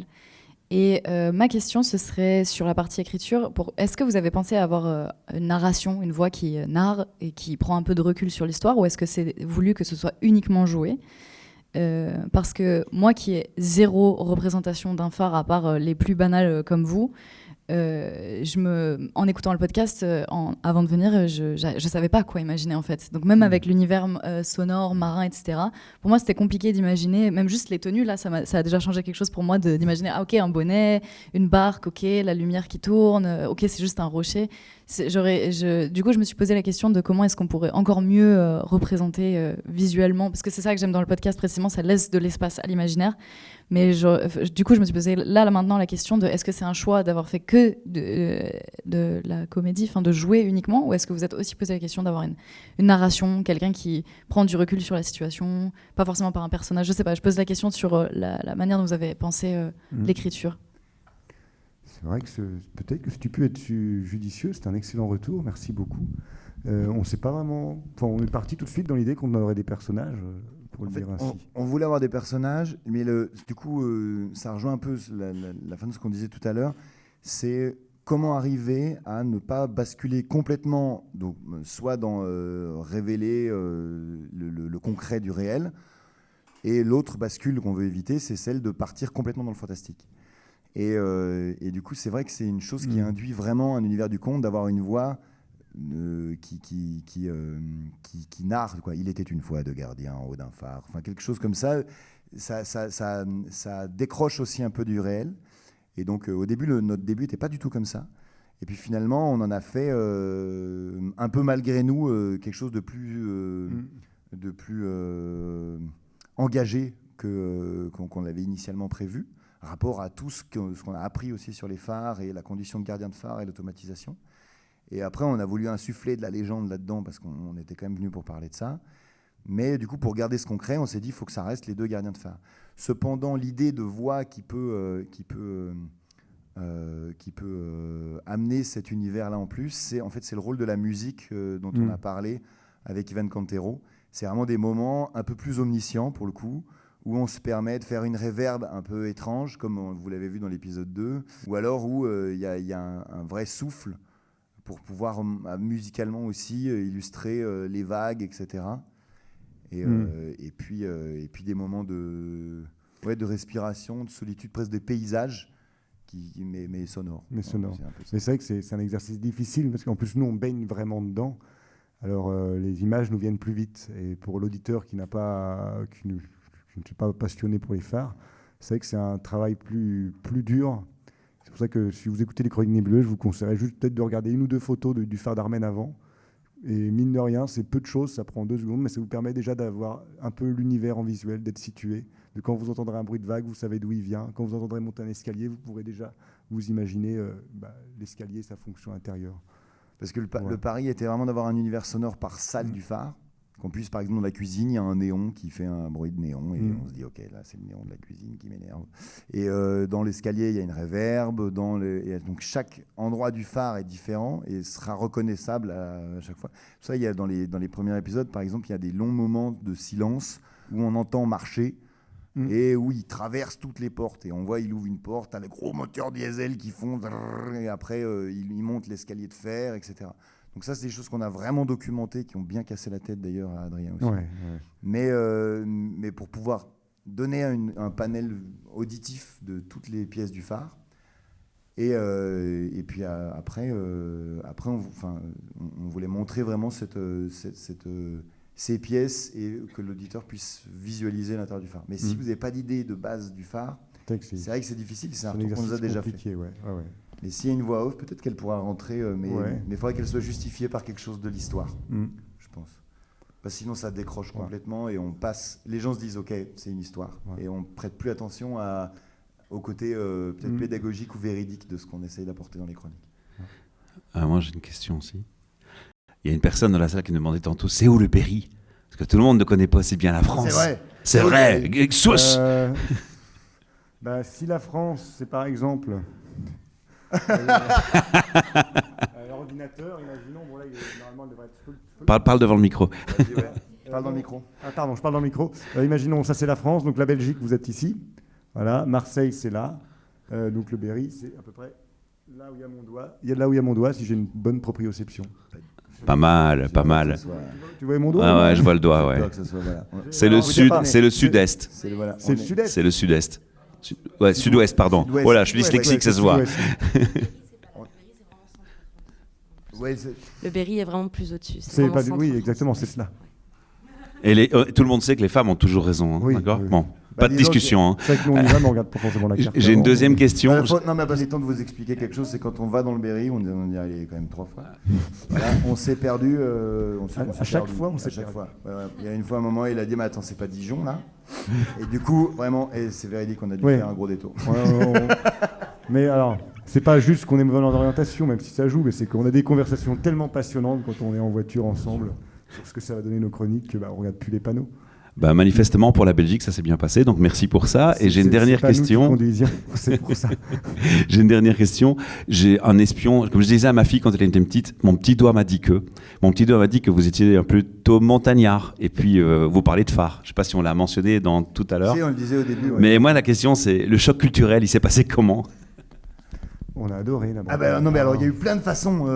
Après, on est passionné de la Bretagne depuis et des légendes depuis très longtemps, pas forcément des phares, mais en tout cas de la mer, etc. Et puis ou de l'océan en plus. Mais après, le choc culturel, il a pu se faire très bien, par exemple, quand. Qu'est-ce qu'on voit ? Ah voilà, merci. On voit quoi? Ah mais tu regardes, c'est bien, ils ont une voix au CLBR comme ça. C'est pas du tout là où. Voilà, c'est dans l'Indre et Cher. C'est presque là où j'ai dit. C'était la proprioception. Non, et non, c'était assez chouette parce qu'on allait dans des endroits qu'on avait beaucoup fantasmé, peut-être visité aussi dans d'autres contextes, etc. Et puis il y a eu des moments où ça s'est beaucoup moins bien passé, par exemple quand on a essayé de faire des micro-trottoirs à Douarnenez pour expliquer, on voulait faire avoir de la matière pour nos écrits. On s'est dit on va commencer à faire des micro-trottoirs et demander aux gens ce qu'ils savent des légendes du Bretons coin. nous parler de leurs légendes. Voilà. Ils n'ont pas beaucoup parlé, les Bretons. Non, ils ont expliqué qu'ils avaient autre chose à faire. Voilà. Les légendes, c'était bien beau à l'école primaire, mais nous, bon. Qu'est-ce que vous pensez des sirènes? On a des enregistrements où on entend les pas de la personne s'éloigner.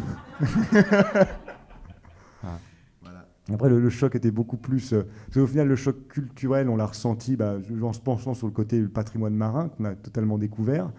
Mais c'est tout, parce que comme on était toujours un peu isolés, on n'a pas tant échangé, en fait, avec les Bretons qui nous intéressaient. Enfin, les Bretons qui nous intéressaient, il y avait les gardiens de phare et tous ceux qui invitaient autour de la mer qu'on a rencontrés, mais les autres, on les a moins rencontrés, du coup, comme on s'isolait.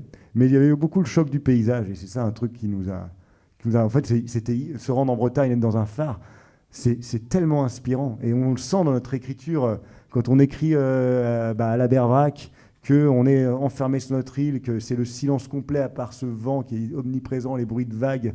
Et c'est fou à quel point c'est inspirant. Et le stylo se délie tout seul. Et ça, c'est en fait tout ce changement, toute cette transition de paysage et de monde presque, nous a vraiment beaucoup nourris. Et ça, c'était génial. Non, mais je repensais au fait qu'on essaie de s'isoler aussi, mais y compris par exemple nos vacations, c'est des moments où les gardiens reconnectent avec le monde vivant autour. Et du coup, donc il y a 2 fois par jour, il y a une fois à 16h15, pardon, et l'autre c'est 8h. 8h, oui. 8h. Et donc on a essayé de s'autoriser à ouvrir nos portables seulement sur ces horaires-là, pour essayer de voir ce que ça pouvait faire. Voilà, bon, ça fait des disputes avec ma femme, mais non, mais c'était des moments vraiment chouettes aussi. Et on avait assez peu fait l'isolement pour le coup, parce qu'on a beaucoup travaillé dans du théâtre de rue, on a aussi beaucoup fait du théâtre en live, quoi, sur scène, en rue, en festival. Donc là, aller écrire à deux isolés, ça nous a débloqué aussi d'autres choses, quoi. C'était chouette. Merci beaucoup parce que moi j'avais découvert le podcast dans un parc à Lille et en fait déjà j'étais partie loin dans la mer et ça avait réussi à m'emmener vraiment ailleurs, mais là je viens de vivre une expérience complètement inédite que j'ai jamais connue et je trouve que vous inventez un format là qui est hyper intéressant entre l'audio et puis le jeu d'acteur, c'est super riche. Donc, je vous propose vraiment de continuer. Je crois que c'est votre premier live. Oui, c'est la première fois. Continuez, vraiment continuez. Et faites-en plus. Ouais. Et mon interrogation, c'est le podcast s'écoute beaucoup dans les transports. Moi, je me demandais, est-ce que les marins écoutent des podcasts à bord ? Je trouve que le bateau, c'est quand même the place to écouter les podcasts. Quand même, parce qu'on est justement loin de tout. Et du coup, est-ce que vous avez eu de retours de marins ? Est-ce qu'ils ont été ouverts par rapport à votre expérience à vous, qui n'est pas celle de gens de la mer ? Voilà, comment ils ont réagi ? Et est-ce que vous avez des pistes et des idées pour la diffusion pour ce public-là ? Alors, les pistes qu'on a, on essaie de le diffuser un peu en Bretagne, du coup. Mais on n'y est pas encore arrivé sur des radios bretonnes. On a fait quelques radios indépendantes, mais pas bretonnes, parce qu'on fait avec notre réseau. Et donc, forcément, on essaye de creuser un peu plus. On a pu faire des sorties de résidence, du coup, à l'île Vrac, chez l'IPPA. Donc, c'est les îles et phares du pays des Abers qui nous avaient accueillis, du coup, dans le sémaphore de l'île Vrac. Et là, c'était vraiment chouette. Après, si les marins écoutent des podcasts... C'est pas grand-chose. Ils sont tous un petit peu marins là-bas en Bretagne. Donc d'une certaine manière, oui, ils écoutent tout. Enfin, ils en écoutent tous. Après, est-ce qu'ils l'écoutent sur le bateau ? Je ne sais pas du tout. Non, mais je pense qu'ils ont peut-être autre chose à écouter avec leur radio qui doit marcher un peu tout le temps pour se localiser. Mais ça, encore, c'est vraiment une supposition. Et puis, je trouve qu'on n'a pas rencontré tant de marins bretons, mais ils ont un truc pudique, les marins bretons particulièrement.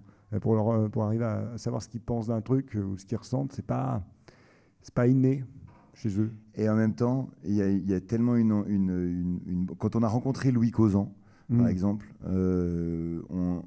on sentait, et Louis Causan, c'est le gardien de phare qui a médiatisé aussi ce que c'était que le métier de gardien de phare. Il est dans des écoles, il en a parlé, quoi. Mais à le rencontrer au début, on s'est dit, waouh, il est un petit peu plus bourreux qu'on pensait. Et après, il nous a ouvert un peu toutes les portes de son expérience et de son vécu. Et on est sorti de là, on s'est pris une grosse claque. Ah oui, parce qu'il nous a donné tout ça avec tellement de générosité et en même temps, c'est des histoires tellement. Là, on rigole beaucoup, hein, et nos nébélueurs, c'est des galurons et on s'amuse à chanter sur notre canotte. Ouais. Mais si il y a une phrase qui résonne pas mal, c'est que c'est toi qui l'as dit d'ailleurs, Lueur, sur ce qu'on nous a appris à l'école. Tu sais, les gardiens de phare, c'est dans le premier épisode.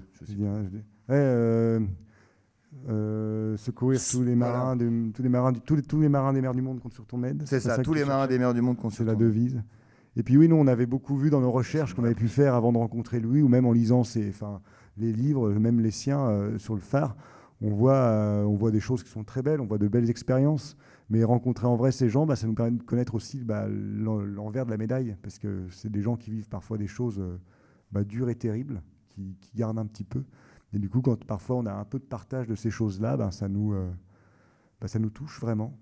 Puis il y a un écart de localité, donc on a beaucoup parlé de la montagne et de la mer, mais on a un écart de génération aussi. Parce que les gardiens de phare, il n'y en a plus à partir des années 90, donc c'est aussi des personnes qui ont déjà tous fait un service militaire, qui ont eu une vie vraiment différente de la nôtre, et puis donc, qui ont été formés à ça, etc. Les premiers gardiens de phare dans les années 50, c'était les gueules cassées et les mutilés de guerre. Après, il y a eu une vraie formation aussi comme ça, et donc quand des gardiens de phare nous parlent de tel collègue qui a fait ça aussi, c'est des vies qui nous a semblé inévitablement tellement plus fantastiques que notre petite histoire de mousse dans le phare au début, quoi. C'est pour ça qu'on en parlait. On s'est dit c'est un pan à pas oublier, et les phares sont un peu l'expression, je trouve, la matérialisation du fait que c'est un patrimoine qui s'oublie parce qu'il s'érode, ni plus ni moins. Et des fois, même écologiquement, par exemple, la cuve de mercure, il a fallu attendre 2007 pour qu'elle soit enlevée d'Armen. voilà, qui était automatisé depuis 90. Il a fallu attendre la fuite de la cuve de mercure de la jument, etc. Enfin, il y a eu plein de choses comme ça. Et c'est encore des sujets de qu'est-ce qu'on fait de ce patrimoine-là, à quoi il sert, est-ce que c'est important de garder ça alors qu'on a des GPS. Oui. C'est pour préciser, voilà, c'est le GPS qui est important. Autant l'automatisation, le gardien n'est plus important, ça marche tout seul. Maintenant, le phare n'est plus important, tout le monde navigue avec le satellite. Donc là, ça tombe vraiment dans une grosse désuétude. Même s'il y a des petites initiatives en Bretagne, si on s'intéresse un peu, beaucoup d'associations qui militent pour que les phares restent ouverts ou deviennent des lieux de résidence qui sont assez belles. Donc il y a quand même toujours un petit accrochage à ce patrimoine. Ou des lieux de visite aussi. Il y en a qui ont suffisamment de motivation pour faire à la nage de la Terre, l'île de Saint, à Armen, à 24 km des côtes. Si on fait la surprise, oui, on fait la petite surprise parce qu'après on aura plus le temps. Alors on a une petite surprise. Il serait bien que Michel soit là parce que. Il va venir. Il va venir. Voilà, oui. Mais c'est pas grave. Allez. Et puis on peut continuer aussi toutes ces discussions. Du coup, il y a des lieux de networking qui sont prévus pour ça. Voilà. Donc n'hésitez pas aussi à venir nous rencontrer et on sera très heureux. Alors la petite surprise, c'est une chanson parce qu'on adore écrire des trucs. Et parfois, quand on se rend dans des lieux, qu'on rencontre des gens, qu'on a envie de dire un truc, on écrit une petite chanson pour le faire. Donc voilà, on a écrit une petite chanson qui parle un petit peu pour vous parler un peu de tout ça, en fait, de notre expérience. Voilà, on a écrit une chanson. Et on la joue, maintenant. Je peux prendre un peu d'eau avant de... Ouais. Merci. Avant que tu aies tout bu. C'est pas grave, tu as tout bu. Parce que tu es mon pote. Waouh, il y avait il y a de la pomme dedans, je crois. Oula. Alors la chanson s'appelle Camarade, le phare.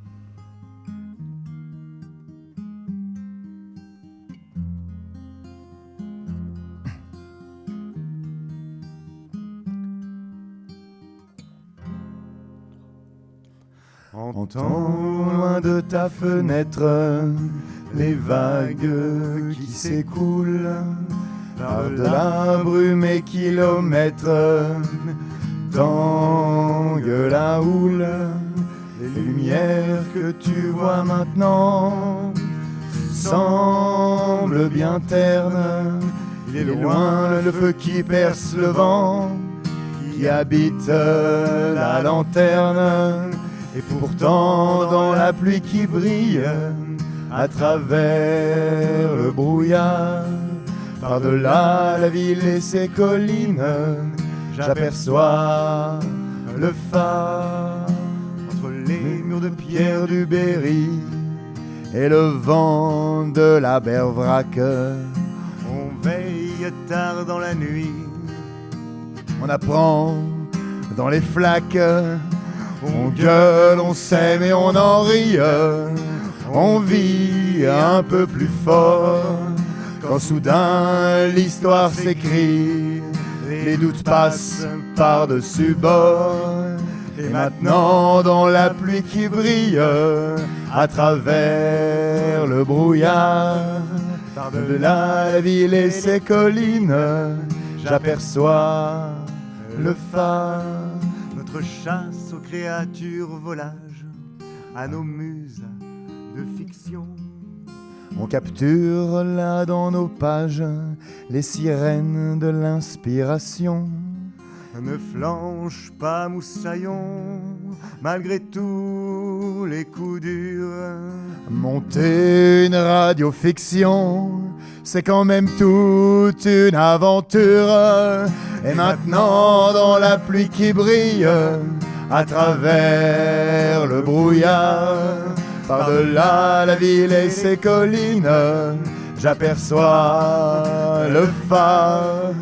Et même jusqu'en Belgique, grâce au pod BXL, les embruns de l'Armorique parviennent jusqu'à Bruxelles. On érigera un phare en plein dans la Meuse, en live chez Michel Godard, les chroniques nébuleuses. Dans la pluie qui brille à travers le brouillard, par-delà la ville et les collines, tu verras le phare.